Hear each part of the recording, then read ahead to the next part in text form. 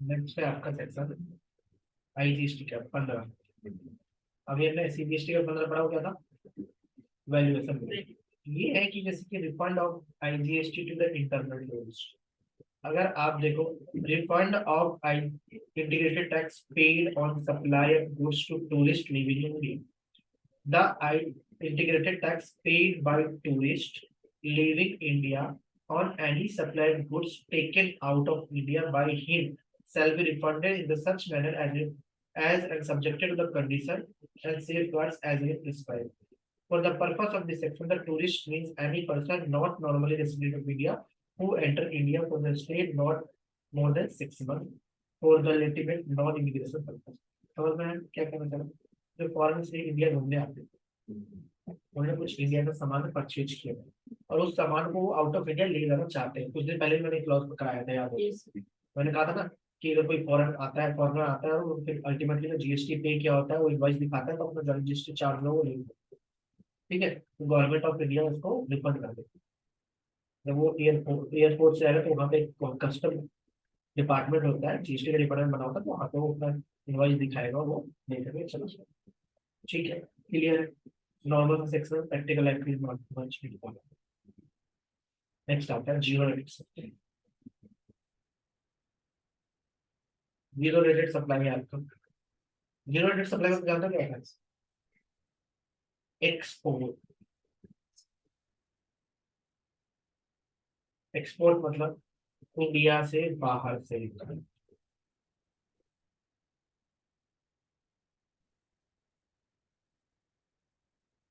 और एसीजेड में सेल कर दिया। एसीजेड इंडिया से बाहर होता है, पता है? एसीजेड इंडिया, एसीजेड जैसे गुड़गांव में एसीजेड है, तुम यहाँ से बैठे गुड़गांव में एसीजेड में सेल करोगे, वो भी एक्सपोर्ट करना चाहिए। तो अब बोल रहा है zero rate sales mean any of the following supply of goods और services of both, namely export of goods और सर्विसेज ऑफ बोथ। ठीक है, आप गुड्स का एक्सपोर्ट कर रहे हो, सर्विस कर रहे हो, आप दोनों कर रहे हो। और सप्लाई ऑफ गुड्स और सर्विस और both to a AC check zone developer और। ठीक है, अगर आप या तो एक्सपोर्ट कर रहे हो, और एक्सपोर्ट मतलब जानते हो क्या होता है? एक्सपोर्ट की मीनिंग पता चलेगा, बहुत इंपॉर्टेंट एक्सपोर्ट की।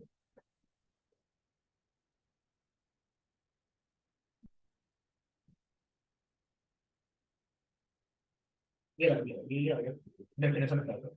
Export of goods and export of services. Export of goods means grammatically variations and cognate expression. पता नहीं क्यों, बट इसका मतलब ये है, means taking goods out of India to a place outside। मतलब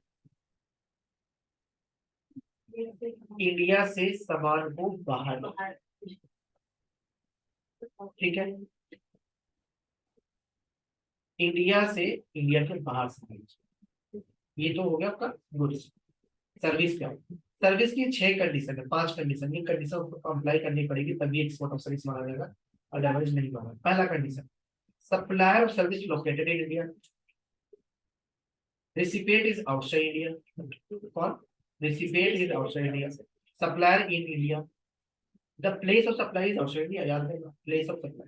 the payment should be received in foreign exchange, and the supplier of the service and the receiver of service are not a distinct person, मतलब relative नहीं होनी चाहिए। दोबारा देखो, ये 5 condition आपको comply करना पड़ेगा एक्सपोर्ट में। पहला, सप्लाई इंडिया होना चाहिए। दूसरा, रेसिपिएंट आउटसाइड इंडिया होना चाहिए। तीसरा, प्लेस ऑफ सप्लाई रूल पढ़ा था, प्लेस ऑफ सप्लाई होना चाहिए बाहर। चौथा, पेमेंट किस में होना चाहिए? फॉरेन एक्सचेंज होना चाहिए। और पांचवा, आपस में डिस्टिंक्ट पर्सन नहीं होना चाहिए। डिस्टिंक्ट पर्सन मतलब रिलेटिव नहीं होना चाहिए। वही रिलेटिव, जैसे कि उसका ब्रांच वहां पे है और उसका एक होल्डिंग सब्सिडी यहाँ पे, उसका ब्रांच है इस केस। ठीक है, ये एक्सपोर्ट की है। अगर इसमें से एक भी कंडीशन का कंप्लाई नहीं कर पाते, देन आपका ये एक्सपोर्ट नहीं माना चाहिए।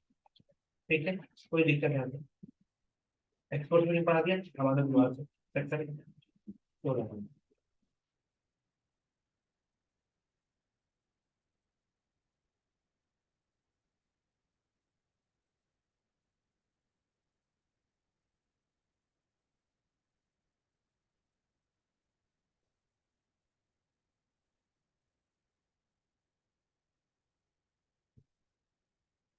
Subjected to the provisions of subsection 5 और 17(5), 17(5 और जीएसटी एक्ट है, अभी 17(5 पढ़ेंगे, ठीक है। Credit of input tax may be avail for making zero rated supply not with that supply में भी एक्सेप्शन। कह रहा है कि सेक्शन 17(5 में ना, 17(5 में कुछ ऐसे आईटीसी है जिनको ब्लॉक किया, हमने सेक्शन 17(5 पढ़े हैं। उसमें ये है कि जैसे अगर पर्सनल ड्यूटी ट्रीटमेंट वगैरह कराते हैं तो उसका आईटीसी नहीं मिलेगा। मोटर व्हीकल आपने परचेज किया है, उस मोटर व्हीकल की कैपेसिटी 13 से कम है, दैट इज अगर आपने कोई वैगनआर परचेज कर दिया, कार परचेज कर दिया, डायरेक्ट परचेज कर लेते कंपनी के नाम पे कार, और कंपनी के नाम से यूज होता नहीं, यूज होता है पर्सनल नाम पे, इसलिए उसका आईटीसी कम जाता है, ठीक है। वैसे ही अगर आप स्टाफ लेकर के खाने पीने खर्चा करोगे उसको भी आईटीसी नहीं देते। स्टाफ के कुछ पर्सनल एक्टिविटीज क्लब के लिए अगर उस क्लब के लिए परचेज किया उसका भी आपको आईटीसी नहीं देगा। आपने सामान परचेज किया चोरी हो गया, रॉ मटेरियल परचेज किया था चोरी हो गया, तो आपको उसका आईटीसी नहीं देगा। गवर्नमेंट चाहता है कि आप सेल करोगे ना तो आपको उसमें नहीं मिलती है। तो कह रहा है ये क्लॉज केवल ये कह रहा है कि आप आईटीसी अवेल कर सकते हो, ठीक है। सब्जेक्टेड की 17(5 में आपको मना नहीं करो, तो जो जो 17(5 में मना ही कर रखे हो पढ़ेंगे आगे। 17(5 में 12 क्लॉज बहुत इंपॉर्टेंट प्रैक्टिकल है आपके लिए, 17(5 ही इंपॉर्टेंट है बहुत।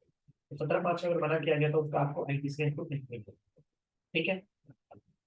तीसरा क्या कहता है, ए registered person making zero rated supply shall be eligible to claim refund either of the following options. तेरा जो एक्सपोर्ट करोगे, तो मेरी बात सुनो, ये लाइन पढ़ाया क्यों करा, अगर एक्सपोर्ट करोगे एक्सपोर्ट में टैक्स तो नहीं, नहीं है ना। लेकिन जब परचेज करोगे उस एक्सपोर्ट करने के सामान परचेज तो करोगे, सामान परचेज करोगे तो रॉ मटेरियल तो परचेज करोगे, जीएसटी तो पे करोगे, जीएसटी कहाँ जाएगा। अगर आप सेल करते, सेल पे टैक्स पे किया होते तो ये आईटीसी जो आपके पास पड़ा हुआ है वो आप यूटिलाइज कर लेते। बट ये कह रहे हैं कि यूटिलाइज तो हो नहीं पाएगा क्योंकि आप क्या कर रहे हैं, जीरो रेटेड सप्लाई कर रहे हैं, एक्सपोर्ट करो सारा कर रहे हैं, एक्सपोर्ट पे टैक्स लगता है, ठीक है। अगर आप एलयूटी ले लेते हो तो एक्सपोर्ट पे टैक्स नहीं लगता। तो इसलिए क्लॉज करें कि आप इसमें आप आईटीसी अवेल कर सकते हो। उसके बाद कह रहा है कि अगर आप जीरो रेट सप्लाई कर रहे हो तो आप उसका रिफंड भी अवेल कर सकते हो, लेकिन he may supply goods or both under the LUT and he may supply the goods both under the condition safeguards procedure may prescribe। मतलब अल्टीमेटली ये कह रहा है कि अगर आपने रिफंड कब मिल सकता है, जब आपने एलयूटी के अगेंस्ट किया हो, और दूसरा सेक्शन 54 में जो कंडीशन है उसको आपने complete किया, ठीक है। ये सारी चीजें आपको सेक्शन कौन सा आपका सेक्शन 16 दोबारा बता दो। एक्सपोर्ट के केस में क्या है कि आपको एक्सपोर्ट मतलब सबसे पहले होता है कि आप एक्सपोर्ट आउटसाइड इंडिया कर दो, ठीक है। नंबर 2 एसी जेबी कर रहे हो तो भी आपको एक्सपोर्ट माना जाएगा। आपको आईटीसी अवेलेबल है सब्जेक्टेड टू 17(5), आप उसका रिफंड भी अवेल कर सकते हो, लेकिन एज में भी प्रिस्क्राइब और प्रिस्क्राइब किया है सेक्शन 54 में, आप उसके अकॉर्डिंग आप क्या कर सकते हो, उसका रिफंड अवेल कर सकते हो। इसका आईटीसी एक्टिवेटेड और रॉ मटेरियल और इनपुट से कहते हैं in the case of export, ठीक है। कोई दिक्कत नहीं आता। आज क्लास में करते हैं, मिलते हैं।